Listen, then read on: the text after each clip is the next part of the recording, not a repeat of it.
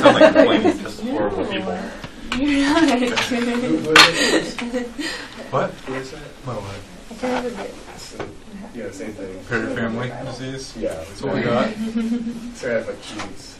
Probably Clyde. Okay, so we should be recording now. I'm going to pause for this. So welcome to those who are joining us online. And what we're doing this morning is a hopefully very rapid fire potpourri starting with fungal. So who wants to start us out? Ashley, you want to Sure. get us started off in style here? I've kind of seen a wedge-shaped inflammation. There looks like some granulation tissue by a hair follicle, so I'm wondering about like some sort of fungus in the follicle potentially. And then what do we see down here? It's like splinter. Yeah, so we got a splinter. So it could be adjacent to a follicle folliculitis or just a splinter, abscess cavity and granulation tissue. And then when you see a splinter, what are you especially looking for? Like a phaeomycotic cyst. Yeah, so phaeomycotic cyst or chromo. And so you look in the splinter and you can see as many splinters are, it's just loaded with pheo organisms. And so a lot of,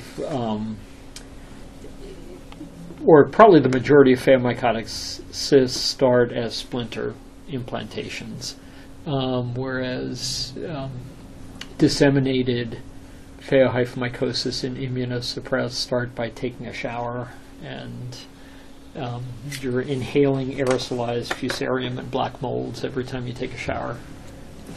So, especially in Charleston. It is plenty humid enough in the shower to in the shower head regardless. Okay.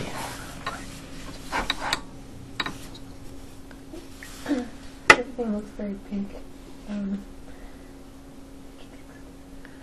On low powered, there's a aggregate of neutrophils. So that's probably where our biggest yield will be. And let's I see some hypoelements, and it looks almost like a wild yeast element. Yeah, and then if we look at the surrounding, since this slide is faded a little, let's just look at the architecture. Basket weave on top of compact suggests. Makes you think of tin. Makes you think of tin.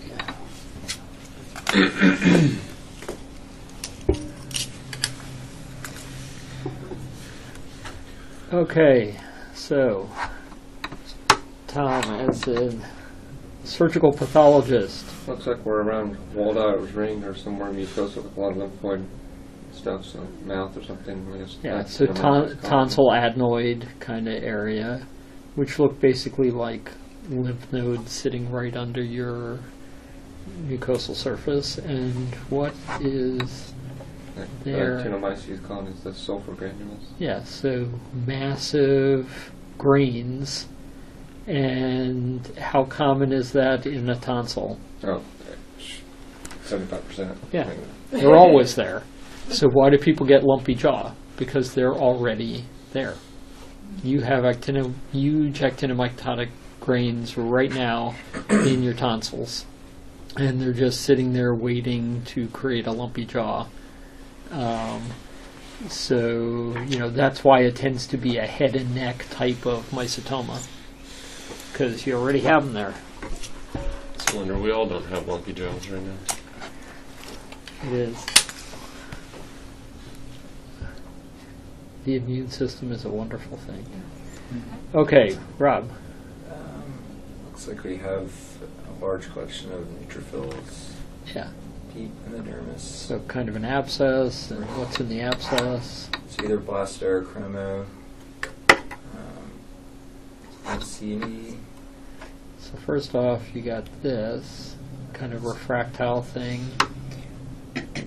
which is a splinter. right, piece of wood, and then see these little round brown things in there? That's your black mold.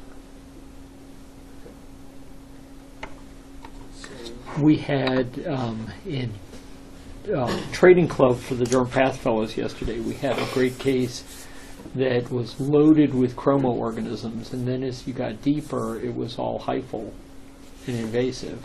So there's some like Chinsellmii that cause both chromo and pheo. The difference is chromo's not going to kill you. Pheo is vasculotropic infection that can disseminate and do you real harm. So when you're seeing the hyphal phase, look for vascular invasion. That's a medical emergency.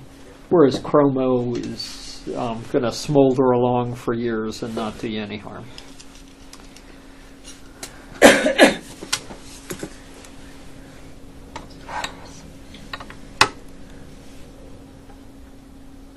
Okay. So, Brian. So thin shaves here. A lot of papillary dermal edema. Very good. And usually I can go a lot with like a bullous tinea. So, you know, based in this chapter that we're looking at, that would be absolutely. And you've got a little bit of a hint of basket weave on top of compact red and a little circle within the compact red right at the tip of the of the pointer. And in fact, if you look, see those little circles within the compact red, little hollow circles there? That's the tinea, and that's all you see is little hollow circles within the red, little white circles within the red.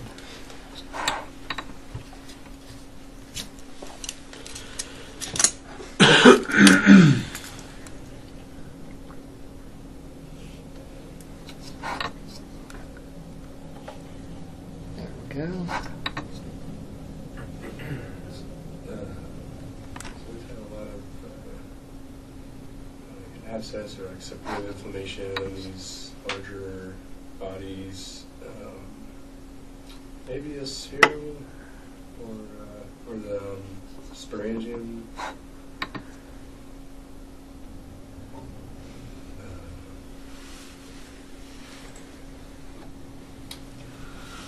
Anyone else want to jump in? Yeah, a grain. So you'd have to look in there, get a closer look, and you might even want to do like a gram stain on it to see if it's filamentous, like a nocardia, or if it's cocci, which this looks like, in which case it's botuliomycosis. I mean, both are essentially forms of mycetoma, but how you're going to treat it is going to be a little different for staph versus nocardia. Although if it looks filamentous, if it's lumpy jaw, actinomyces, you may be able to get away with the penicillin because it's above the diaphragm anaerobe. If it's on an extremity or somewhere else where it's more likely to be either nocardia or botrytis, sulfa is probably a good starting place while you're determining what the organism is, because it's going to hit both. You know, it hits nocardia reasonably well, and it hits most staph reasonably well, and strep is not really an issue because it doesn't form grains, and that would be the big gram-positive hole in sulfa spectrum. Large abscess with a splinter. Large abscess with a splinter, so you're looking for. And You can stop right there. There you go. Boy, there's a lot of black mold put in this box. Someone, when you're reviewing things, the thing not to do is don't group things. You know, it's kind of tempting to want to look at 20 pheos, but then the next poor person who's using the box has 20 pheos in a row instead of okay.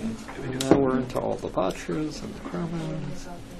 Okay, let's do something different here. Okay, Christina, because that wasn't really a turn.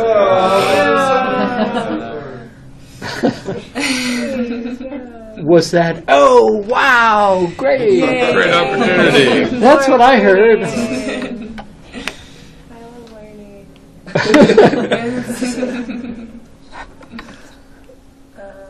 What I would say is make every mistake you possibly can make in this room so you don't make it in another more important room later on. Right? At least you understand. So I see a lot of blank vacuolar spaces. Okay, so there are spaces, and then what's in the space? Little round red. And are they all round or some oval? Some are oval. And are they all the same size or are they pleomorphic? They're pleomorphic. So pleomorphic round fungal bodies, so pleomorphic yeast within white spaces that are perfectly round or somewhat irregular. I think crypto. Yeah, exactly. So these are the condominium living of crypto. You've got pleomorphic yeast within big irregular white spaces, right? So the big irregular white space is the gelatinous capsule, and then you've got pleomorphic yeast within that white space. Okay, And so Is that collagen? the streaky. yeah, that's collagen. You've got a lot of abscess here, so the light pink is just death. And then the dark pink is what's left of the collagen. Okay, that's going to throw me off. Okay. But that is exactly the kind of thing that tests well when there are red herrings in the background that some people who don't know what it looks like will say that the red long things are the fungal hyphae or something different. So in this case, what you're recognizing is that that's just collagen, and these are the gelatinous condos with the pleomorphic yeast of crypto. So if you just see the gelatinous condos without the yeast, is that usually enough? Like, if you just see all those vacuolas, you know? To suspect it at scan, and then you look a little higher and the yeast are there. Okay. I mean, crypto is not one where it's difficult to find the yeast. Okay. So, how about this one? This looks kind of similar. In fact, so similar that it is crypto. So this does not count as your turn. This is just review. But this, again, you've got somewhat irregularly shaped gelatinous clear condos that are where the mucin washes out, and then the pleomorphic yeast within that for Cryptococcus. How often do you get the gelatinous versus the other form? Gelatinous is much more common than the granulomatous ones. Granulomatous ones are tough, and because it's tough to find the organism and they're small in number, if I were looking through slides trying to find one that's fair and easy to use in some sort of an evaluation, it shouldn't be a can you hunt for and find the organism, it should be can you recognize the organism. So either I would give you a picture where it's clearly there and it's just a question, do you know it or not, or a slide where there are plenty. And for crypto, that's more likely to be gelatinous, which is by far the more common presentation anyway. Much, much more common. Okay, Sean, because you really felt gypped out of your turn on that one. Yeah, I mean, there's that empty feeling. It was. So, it looks to be some fungus in this acral site that it's a little bit darker, so I'm wondering if it's pigmented. Yeah, so you can say the diagnosis. Tinea Tinea nigra, absolutely. That's absolutely correct.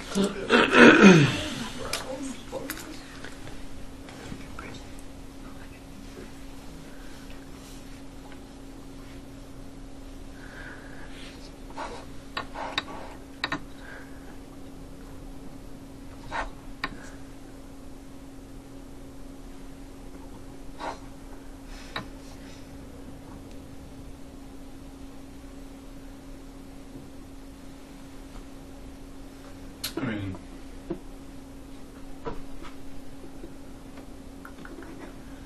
Could just be blasto, you think? I suppose could be blasto. Blasto tends to be very The halo was asymmetrical, kind of the wall.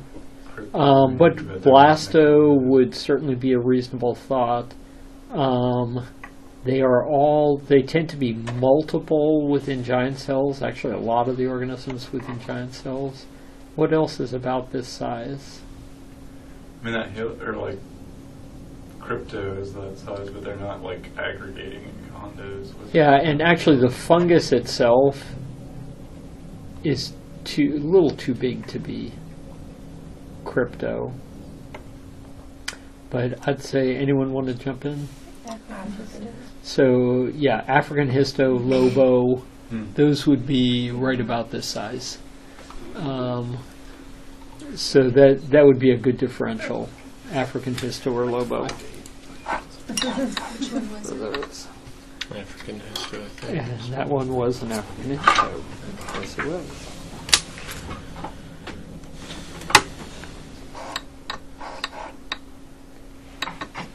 Okay, Jessica. So I think this is rhinos. Rhinosporidium, and you see no endosporulation, but you don't have to. They're just big. I mean, they're way big, and they have the granular cytoplasm and the little dot-like nucleus right in the dead center, so that absolutely is Rhinosporidium. And where you're going to see it is either fungating out of a nose or looking like condyloma out of genitalia.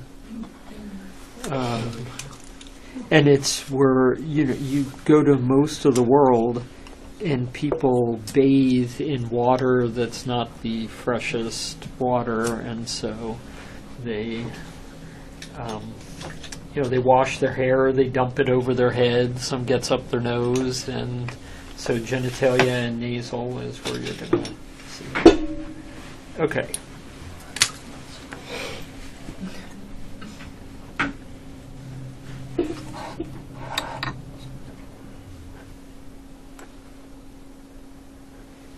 Yeah, it looks like Coxie. It looks like Coxie, absolutely. So you have these large spherules, lacy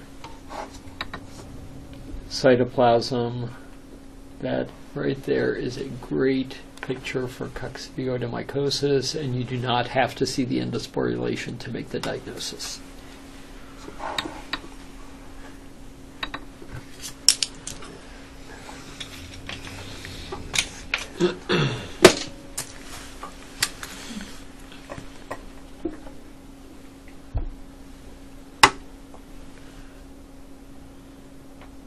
Okay, so here we see PEH, and the pus is a little bit in the epidermis. So if you looked at this part with PEH and pus, what would your differential be? Here come the green leafy veggies, so halogenoderma, coxy, granulum inguinal, cryptos, what?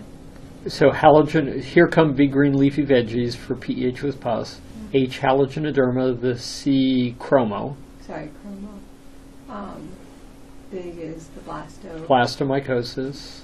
Green is granulum inguinal. Granulum inguinal. P. vegetans. Leishmaniasis and vegetans, P. vegetans, absolutely. So, it's always helpful to have those mnemonics. Now, if we look at it and just look at the dermal part, where we have a stellate abscess surrounded by granuloma, what things can give you a stellate abscess surrounded by granuloma? Big clots. There's some overlap. So that's cat scratch, leash, which overlaps atypical TB, tularemia, and sporo. So leash is the overlap. So leash would be the overlap between those two mnemonics, because cat scratch, leishmaniasis, actually LGV is the most common one. Atypical mycobacteria, tularemia, sporotrichosis. TB can do it. Leash can actually do it. So some people put it in there as a collapse. We're doubling some of the consonants. So leash is a very reasonable thought. But you sort of have to go through all those possibilities. And in this case, it grew sporo. Sporo is usually difficult to find. If you're going to find it, it'll be on a special stain and cigar-shaped yeast. This may be a stupid question, but can you point out exactly what a stellate abscess is? Oh, okay. So stellate abscess, there are things that are round and things that have arms like a starfish, so they're irregular in shape. So this one, when you look at, this is probably a good field. If I can get it in focus. See how they're pointy arms to the abscess? So it's not round, but it's pointy and irregular and jagged and has arms sticking out in different directions. That would be a stellate abscess, and then the stellate abscess is usually surrounded by palisading granuloma. So this is a good stellate abscess surrounded by palisading granuloma, cat scratch, LGV, atypical mycobacteria, tularemia, sporo being the most common ones. You're going to culture, but it at least gives you a starting point, and then if you put it together with the clinical presentation, which can be very different for those, it can help you narrow down a differential. I'm just going to set this aside so we can put those in later. And let's switch to some true potpourri, so we're really making good use of our time.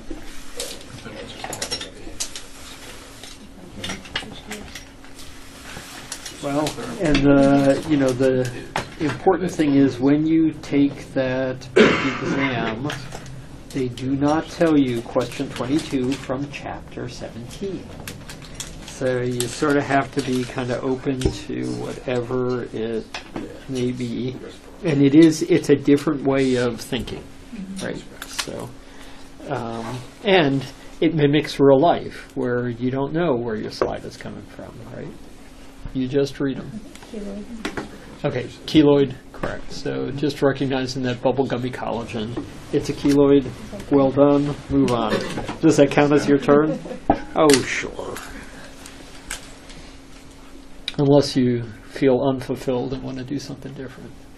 I'll try this one. Okay, go ahead. I see kind of a brownish yellow discoloration. I can't quite make out if it's in macrophages or Okay. loose. Very good. So let's go a little higher. So it looks like it's mostly within the macrophages. So I think probably mostly hemosiderin that macrophages have eaten. There's some that looks like melanophages as well. Yeah, and what do you think about the nuclei? A little nuclear pseudo-inclusion there. And the way you're a little bit nested here. Those look like melanocytes, like schizoid type. Yeah, so suggest maybe it's melanocytic. So you're more in a blue nevus. So then you're maybe in a blue or combined nevus category, and then the first thing you're going to want to do is look at that stroma and see, does it have a sclerotic stroma that's different from the surrounding? Because if it doesn't, you're worried about an epithelioid blue or pigmented epithelioid melanocytoma, things that don't always behave so nicely. So one thing you can do is do your diffraction and look to see if the stroma, you gotta sort of move your hand in and out. Let's see if we can get it to work on the screen. Where you get you're just moving your hand in from the side over your condenser very slowly till you start getting light diffraction, and you're looking to see collagen bundles will give strong diffraction. And I think you can see you've got very little diffraction in the areas of the combined nevus, which is a good thing. That tells you it's got its own stroma, which benign things do, whereas equine melanoma, pigmented epithelioid melanocytoma, epithelioid blues of Carnes just push apart big refractile collagen bundles. They don't have their own poorly refractile stroma.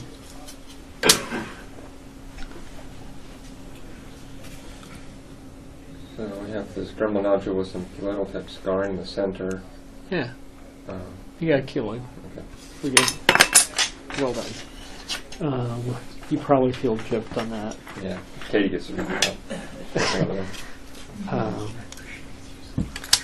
see what we got here. Is this red, white, and blue? Is this LSNA?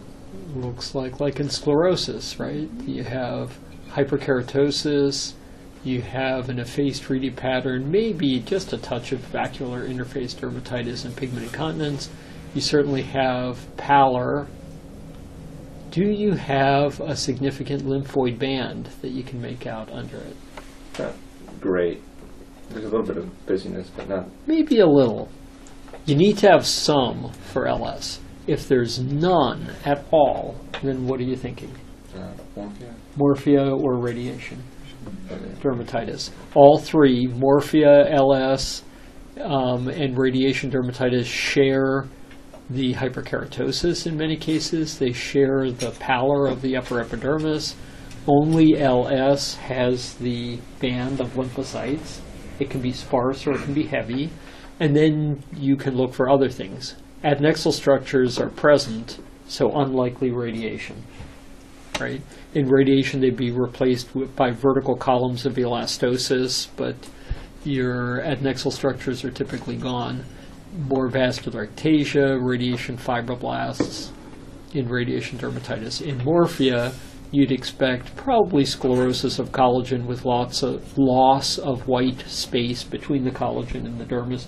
We're not seeing any of those things. And there's a little bit of a lymphoid band off to the side here, so probably LS, just as you said.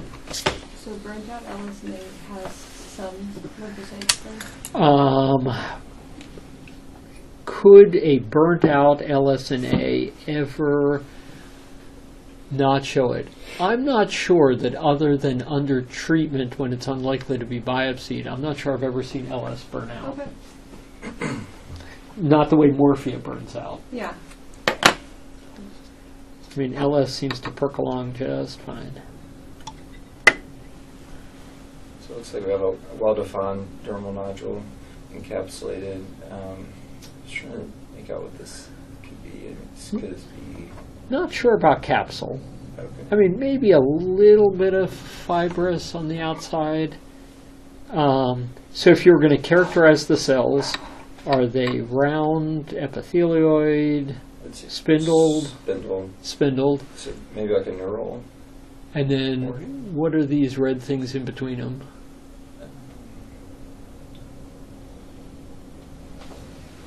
Collagen?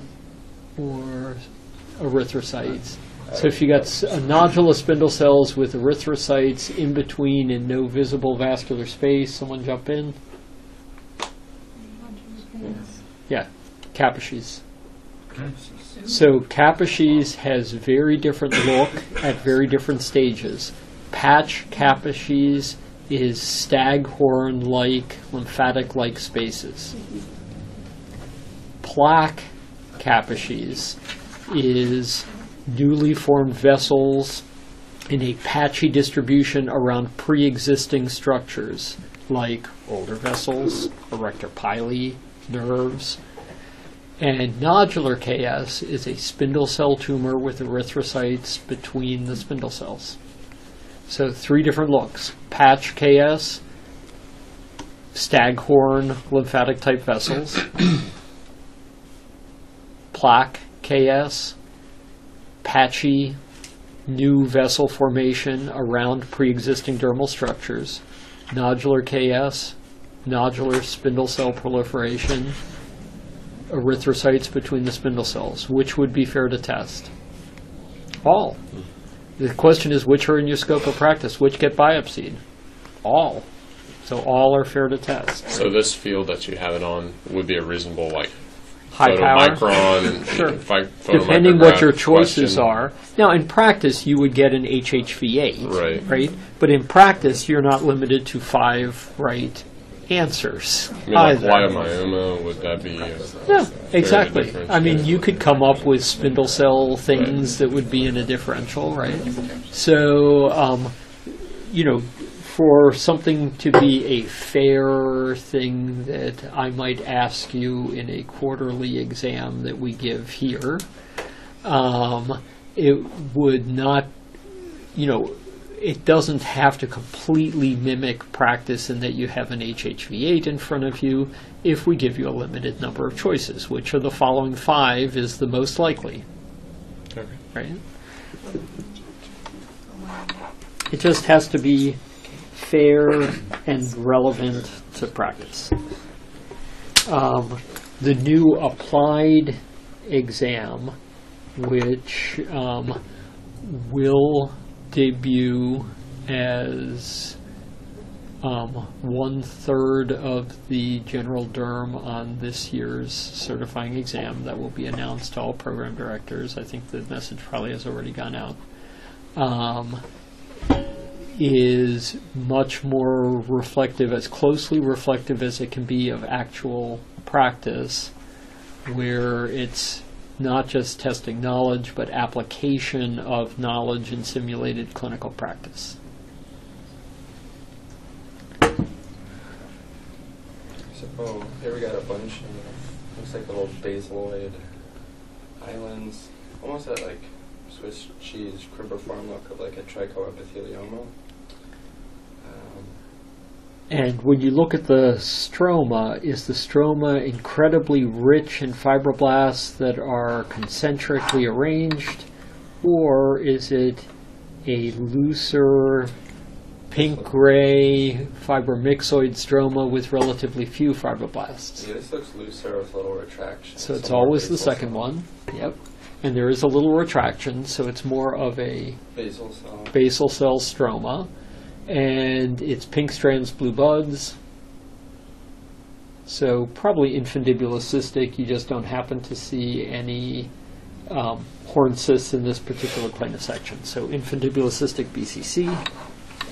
The only pilar tumor that has a myxoid stroma is basaloid follicular hamartoma, which is an absolute look-alike for infundibulocystic BCC.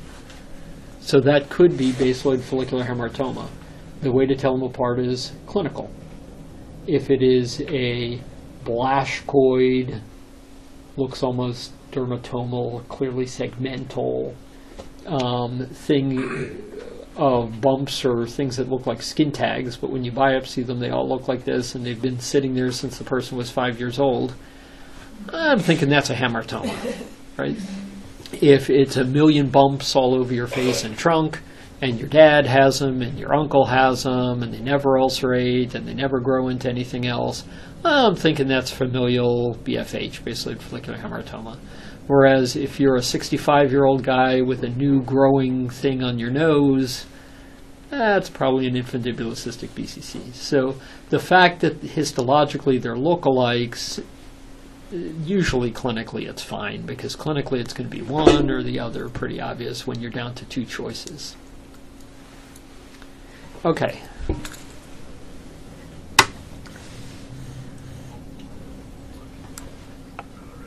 So we have a large dermal nodule.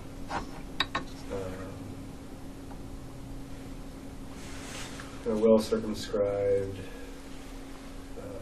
Kind of monomorphous, small blue nuclei with a lot of pink cytoplasm.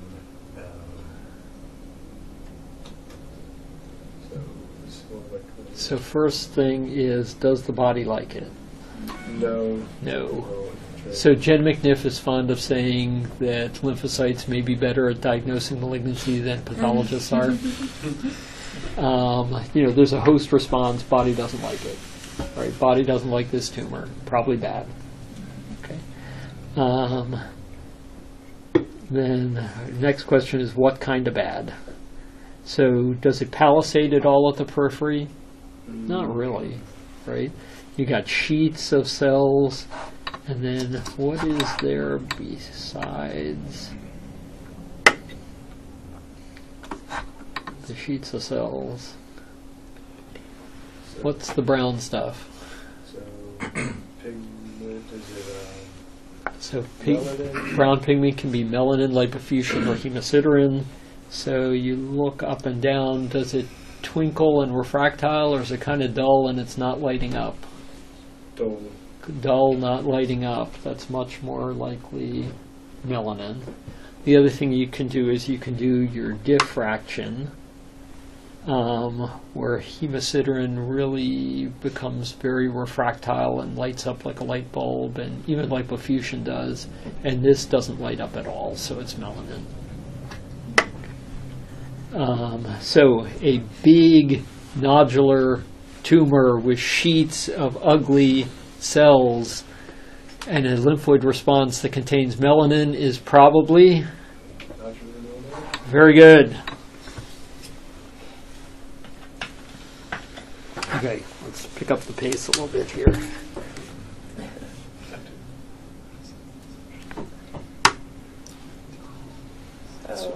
This was good because we saw one of these yesterday at Sign Out. What's that sign out? Lots of hemorrhoids. And it doesn't matter if you were at Sign Out or not yesterday, because this is still a great sign, right? Weird. I'm sorry. Say I'm again. trying to think. So these spaces are filled with Red blood cells. red blood cells, so it's something in the vascular camp, right? And then you've got these things, these blue things around the red things, and how are they configured? They're palisading. Yeah, or in lots of strings, lots of parallel strands. I thought PG when I first saw it. I know it's not right. So parallel strands of round blue cells, someone? Yeah, glomangioma. So if it's a glomus tumor, it is a tumor of those round cells. And if it's a glomangioma, it's an angioma with a couple of layers of those glomus cells. So glomus versus glomangioma. Glomus tumors are usually solitary. Glomangiomas are commonly multiple and inherited. This one is a glomangioma because the thing's an angioma with the glome in there, with the glomus cells, right? So the glomus cells, strings of black pearls. In order to help you, please let your husband know he needs to buy you strings of black pearls that will serve as a reminder for the diagnosis. Let Dougie know. He seems like he likes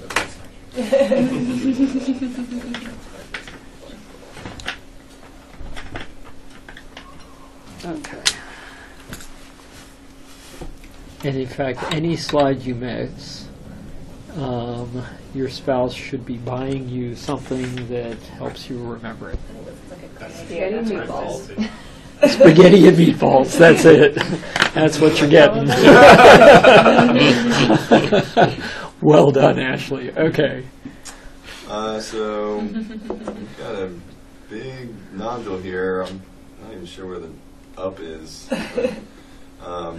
Yeah, so we're not seeing skin. This is something that got plucked out, right? Mm-hmm. We've got some dilated spaces down at the bottom of the field, collections of red blood cells, erythrocytes. The nodule is composed of round cells with a fair amount of cytoplasm.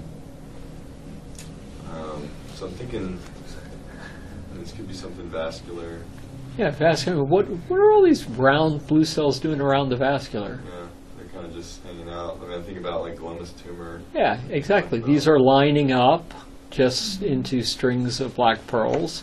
So that little portion of it looks kind of like a glomangioma, but the bulk of this is clearly a glomus tumor, where it is more a tumor of those glomus cells. And then remember, anything smooth muscle, anything neural crest can have atypia in it that doesn't mean anything.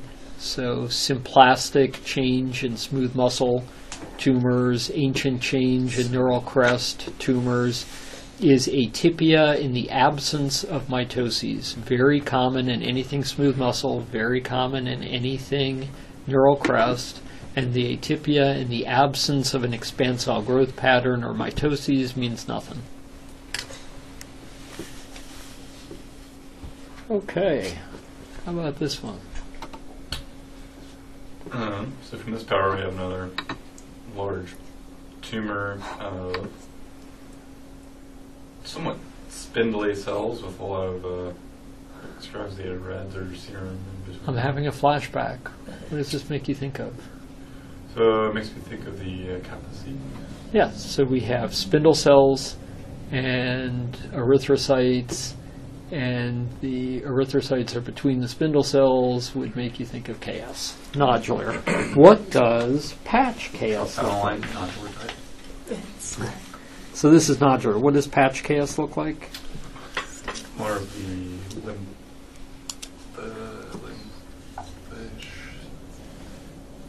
staghorn. Staghorn in patch. Staghorn lymphatic-like vessels. I was trying to say lymphatic. Very irregular staghorn lymphatic-like vessels in the dermis. And what does plaque KS look like? The third option. Which would be? Earlier. Vascular Yeah, so proliferation of new vessels in a patchy fashion. So it's a busy dermis, but it's not diffusely busy dermis. It's a patchy busy dermis around every erector pili. So at scan, it's a busy dermis around hair follicles, around erector pili, around old blood vessels. And then you look at what's busy there is little lumens with blood in them. Okay.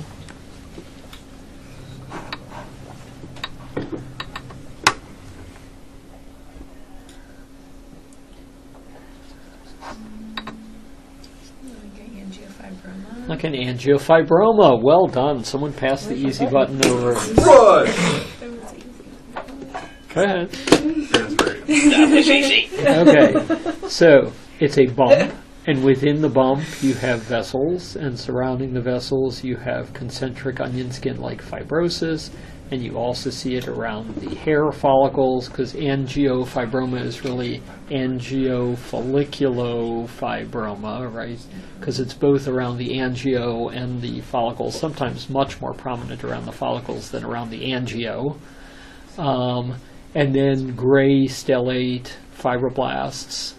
And so this is angiofibroma, fibrous papule. What are the little things that look almost like fat in there? That's what it was. It's usually just xylocaine, where you had to push the xylocaine into something firm. And so instead of being diffuse in there, it's in little round areas. So that's usually just xylocaine, which you see in anything that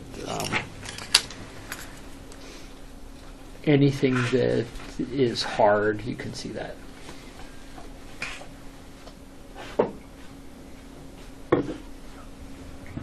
Okay. Okay, so see a deep nodule, no epidermis on the specimen. You see spindly spindle cell proliferation. Okay, so spindle cells. And then kind of admixed into the fat, almost infiltrating in between the fat lobules. So spindle cells, fat. So, I mean, and be kind of curious about the cytologic profile. Yeah, so little wavy, some of them. Yeah, and then some of them do kind of look more cigar shaped, so it's kind of, but yeah, a lot of them are wavy. So initially I was thinking like a, I don't know, like some variant of leiomyoma, but all the wavy ones make me think this is more neural. So yeah, they look a little neural. You do have collagen, more pink ropey collagen than you would normally see in a neural tumor. Mm-hmm. So with pink ropey collagen spindle cells and lipocytes, you'd think of Is that the ropey collagen I always screw this one up. But this is not a neurothekioma, is it? No, not a neurothekioma. That's more runs myxoid. in like theques or fascicles Yeah. usually. But someone want to jump in? So spindle cell lipoma, the Okay. classic description is spindle cells, often grayish myxoid background, ropey collagen, and fat cells. But the other thing you'd have to think of is diffuse neurofibroma infiltrating fat, because it grows in a DFSP-like fashion, diffuse neurofibroma. If you ever have, this is kind of round. This thing's kind of oblong, shelled out, more like a spindle cell lipoma. But whereas diffuse neurofibroma is diffuse. Right?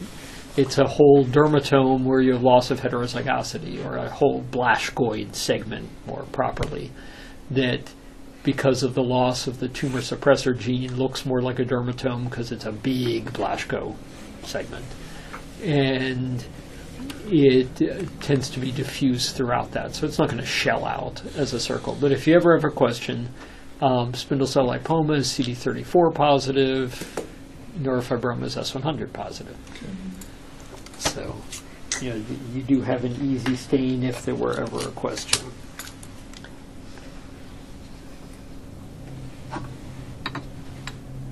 Okay, so it's a stain that's not H&E. Agreed. And you have cytoplasm, so you're probably looking at granuloma. And what's the orientation of the granuloma relative to the surface? It's relatively parallel. Yeah, kind of horizontal, parallel Yeah. to the surface. So I'm wondering if this is like a fight for leprosy. That's exactly what I would think it's scan. And we're not even going to bother to look for the organism. We're just looking at pattern, right? And pattern is granuloma following the neurovascular bundle, which means it's kind of mid to deep dermis and it's parallel to the surface. That's leprosy, ought to be the top thing on your list.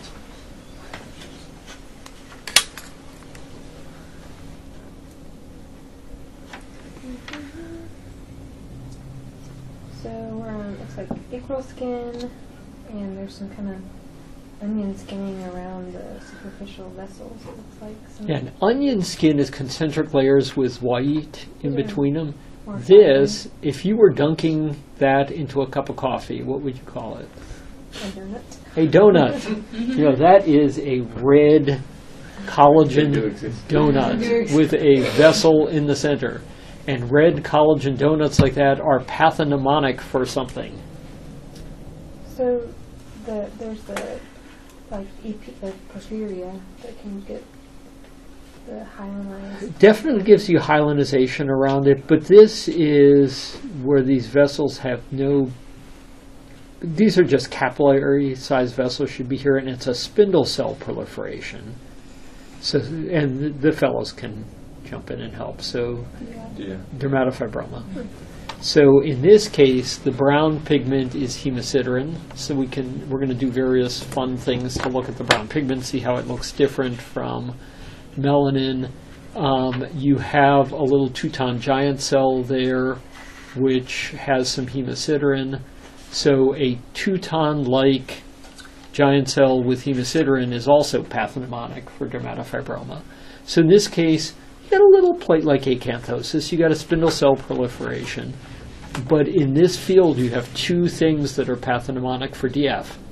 You got the collagen donuts around the little capillary, and you've got the lipidized siderophage, both of which are pathognomonic. So let's go ahead and we're going to look a little higher at the hemosiderin here. And first off, we're just going to focus up and down. And you can see it's kind of refractile, lights up and twinkles at you, unlike the melanin. If you just take down your condenser, you can, and take them out of focus, see how they light up like light bulbs here, which melanin will never do. So you can have those in any variant of DF, not just the hemosiderotic variant? if you look hard enough, a lot of DFs are hemosiderotic. And then this is the same thing where you're doing diffraction with your hand. And again, you make them light up, which melanin is not capable of doing. And you see that right at the junction of light and dark, you see that multinucleated giant cell, the lipidized siderophage. So, when they're brown and have a lot of hemosiderin, you can call it hemosiderotic, but a lot of DFs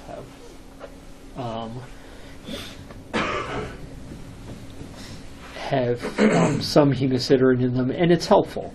And then these collagen donuts, which when we were trying to do a study on their frequency, we couldn't find them to save our lives. When you least expect it, there it is, and in all its glory, it forms around a little capillary. If you look at DFs, they have a curly-Q pattern around little capillary vessels. So little comma-shaped spindle cells that like to wrap around little capillary-sized vessels, then they form little comma-shaped areas of collagen, and if they have delusions of grandeur, they form these little collagen donuts that are then pathognomonic. So the EPP and lipoproteinosis, it's more of like a really thin sort of onion skinning that you get around the vessel.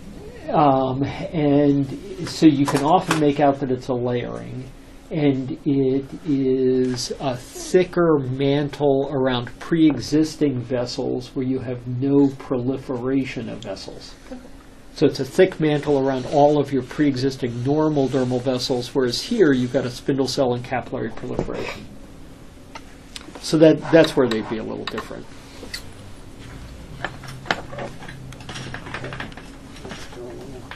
Faster. This is exactly the kind of quizzing that you guys can do for one another in high volume to get yourselves ready. The Robert Wood residents say they are doing 100 box per week at this time of year to get ready. So we have this nodule closed to these kind of bluish cells, and then we have this sort of sclerotic collagen around them. My first thought was an encapsulated neuroma, but I don't think these are neural cells. I think it might just be like a fibroma, like a sclerotic fibroma that's a little bit cellular. I'm not. And sclerotic fibromas usually have a starry night pattern. You could maybe talk yourself into this being starry night.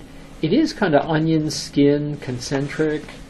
So the whole world is your oyster. You can have any stain you want. What might you want to put on this? S100. So S100 negative. Okay.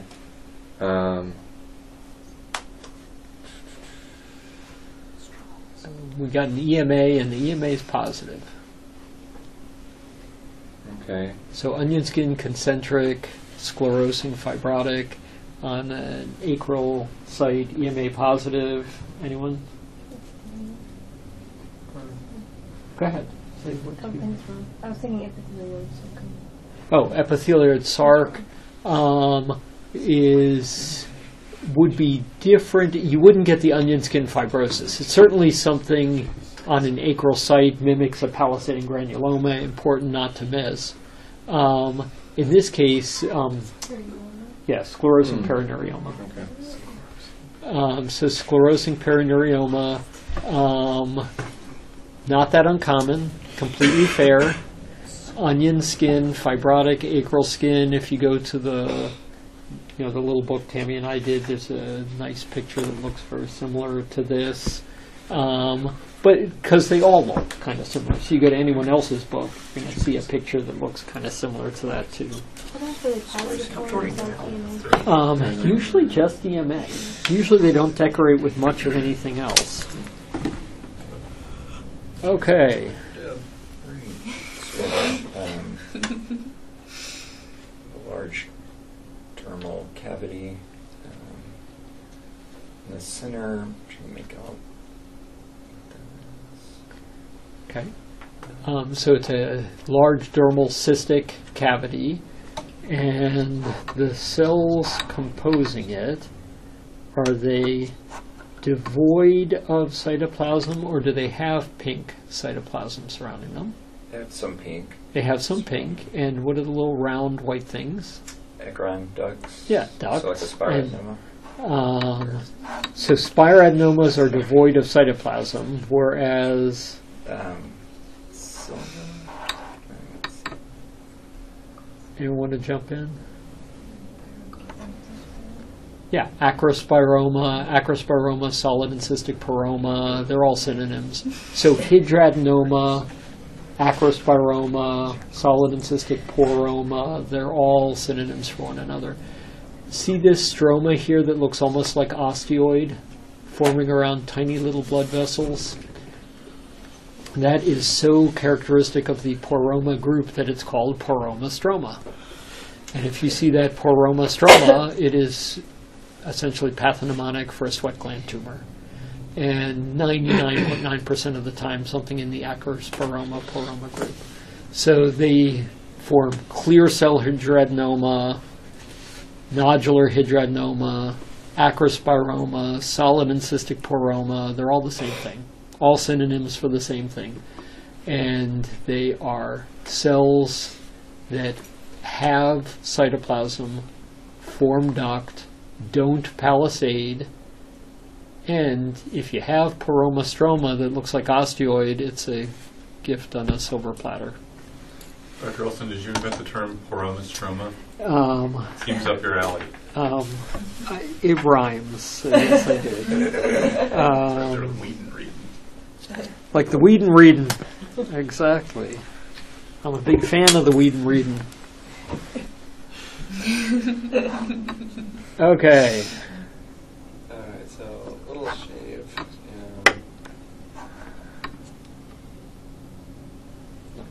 A lot of giant cells here. Arranged. So giant cells, many of them wreath giant cells, and anything beyond the periphery of that wreath? Yeah, it kind of fits that Teuton. Teuton. And when they're really big, what do you call them? Teuton. Giant. Teuton. They're 2 tons. Teuton. Teuton. If they're really big, they're 2 ton giant cells. Yes, haha. Okay, so with wreath sheets of histiocytes, and at the periphery they start to form rings and become wreath histiocytes, and then they lipidize and become 2 ton giant cells. This is. Usually I associate them with like a JXG. Yeah, or juvenile xanthogranuloma. And if you're not J, then just an XG, because not everyone with an XG is J. So not everyone with an XG is juvenile. So xanthogranuloma if you're older, and JXG if you're a kid like most. And I think we're out of time, so that's it. All right. Thank you, sir. Thank you. Yeah.